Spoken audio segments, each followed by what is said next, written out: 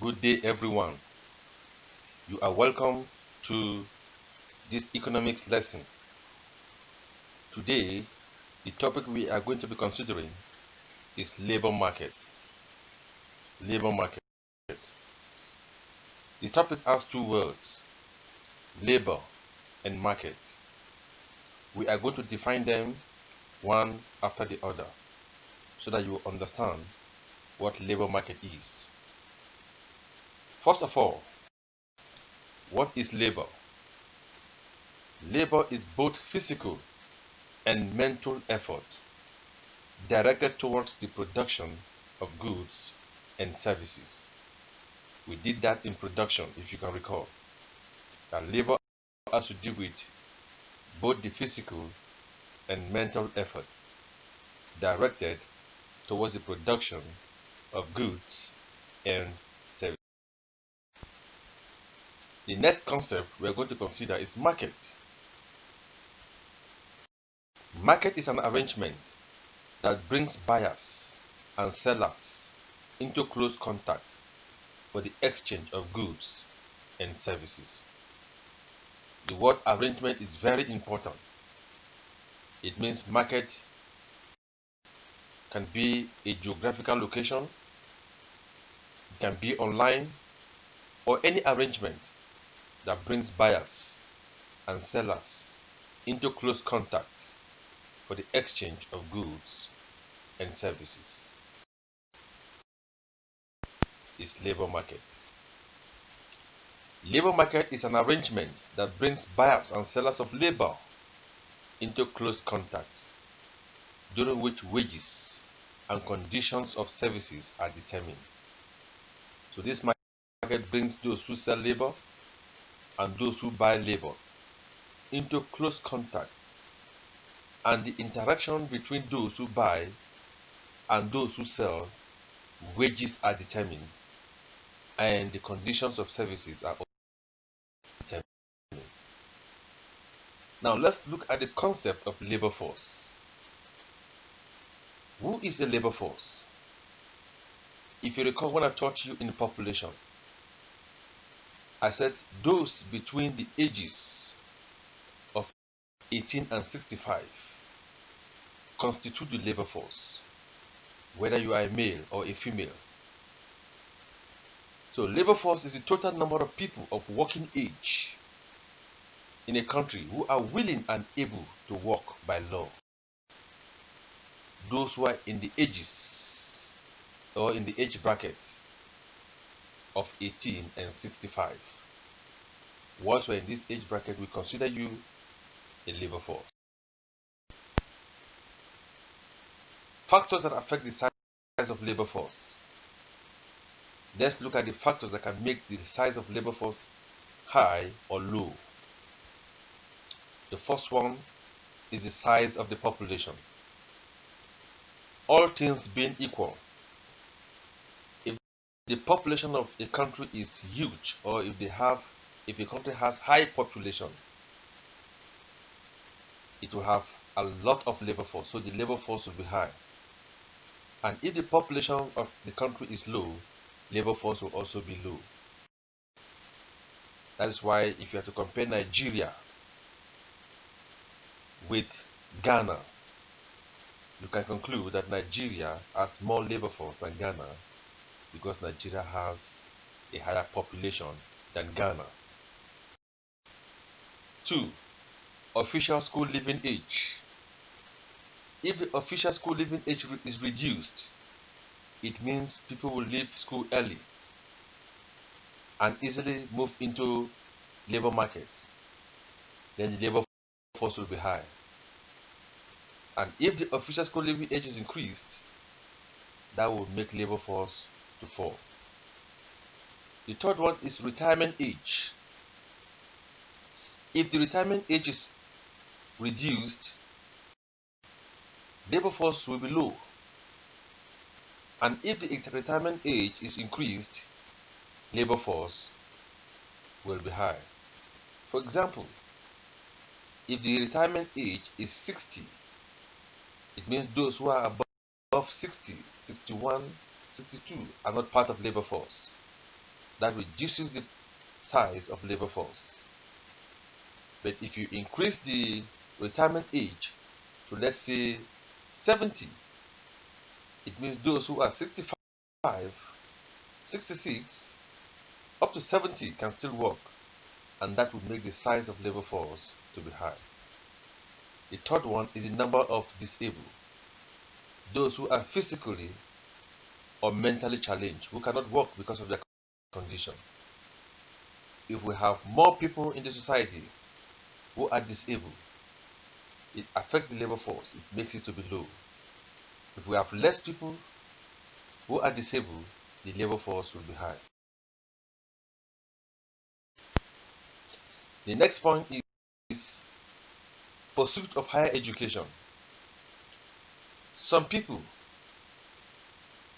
even after school, do not want to enter labor force or the labor market because of the pursuit of higher education. They are supposed to be in the labor market to offer labor, but do not want to do that because they want higher education. And once we have a huge number of people who want to pursue higher education, it affects the labor force because the labor force will be low. The sixth one is the structure of the population. Structure of the population. I taught you in population that those between the ages of 0 and 17 are considered children. 18 to 65 is the labor force, while 65 and above are the old people. So if we have more people in the labor bracket, it means the labor force will be high. But if we have more people or more population in the age bracket that constitute children and the age bracket that constitute old people, the labor force will be low. Then we have the role of women in the society. Some societies do not allow women to work. In this kind of society, the labor force is low. While in a society where women are allowed to work, we have more labor force. Then we have the number of people unwilling to work. Some people, even though in the age bracket of 18 and 65, are not willing to work. If we have high number of this kind of people in our society, it affects the labor force. The labor force will be very low, and vice versa. Then we have migration.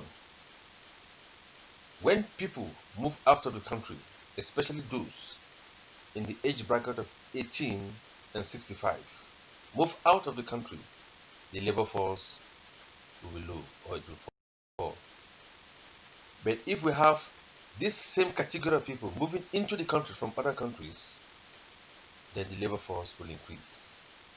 We have the activities of trade union.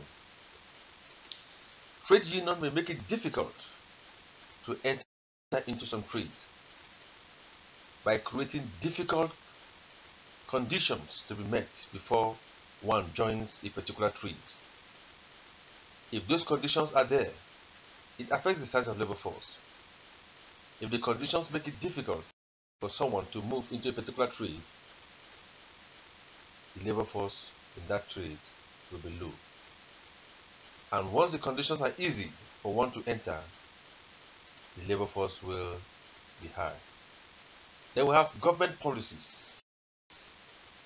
Government can put in place policies that can stop women and children from gaining or being employed in certain trade. When this happens, it affects the size of labor force because it will be low. The next thing we're going to consider is efficiency of labor. Efficiency of labor. Efficiency of labor is the ability of labor to increase output without fall in quality and without increasing the quantity of labor. If you increase the output of labor given a particular input and then there is no fall in quality, it means that labor is efficient. That is what we call efficiency of labor. Next, we are going to look at the factors affecting efficiency of labor. The first one is education and training. When labor is educated and being trained, he is more productive than when he is not. So the efficiency of labor increases with training and education. The second one is level of technology. When labor is using advanced technology, it produces more. It's more efficient than when it's using crude technology in the production of goods and services. The next point is efficient management. When there is proper organization and proper coordination of labor, labor becomes efficient.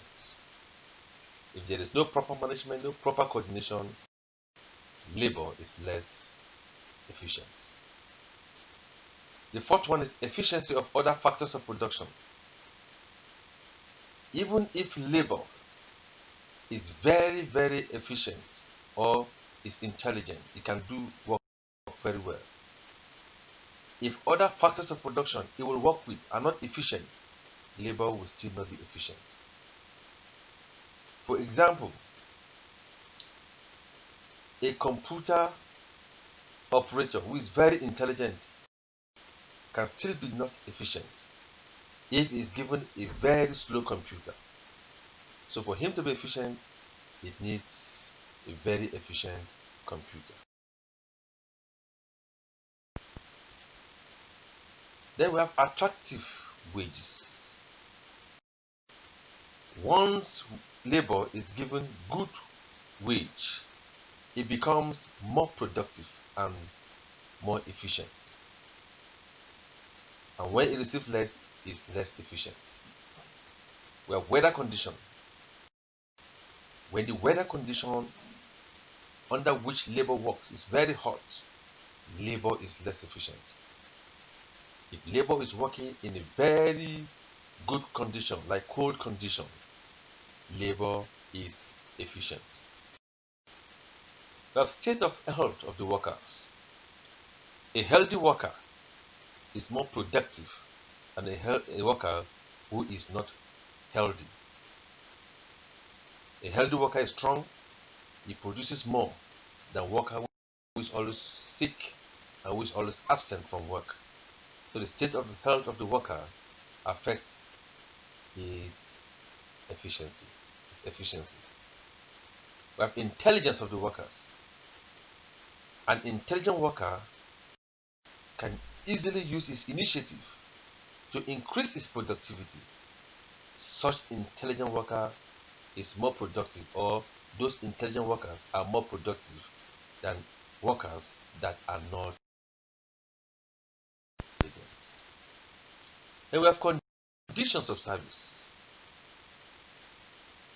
Now, when labor is given good conditions of service, like transport services, like bonuses, labor will work harder and become more efficient than when the condition of services or the conditions of service are poor. There were application of division of labor. We did that. When